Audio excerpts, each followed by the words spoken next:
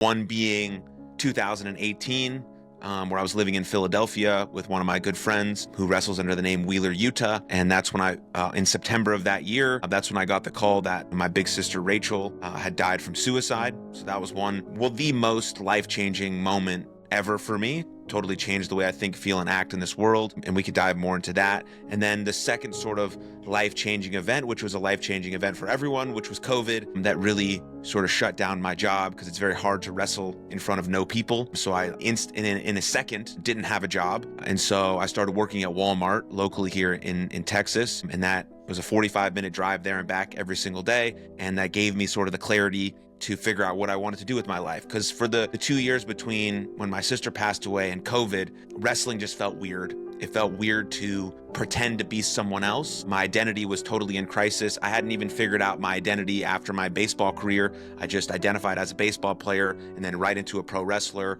and then into a fake pro wrestler. Character at the time was pretending to be a movie star named Lights Camera Jackson. I barely had, pretty cool sweet moniker came up with like in the middle of the night. But I was not any of that. I barely had any money. I was struggling to get by, starving artist type of thing. And everything was pretend. When I go to the shows, I pretend. I try to be that version of myself all the time. And then I lose someone I love deeply who was one of my biggest supporters.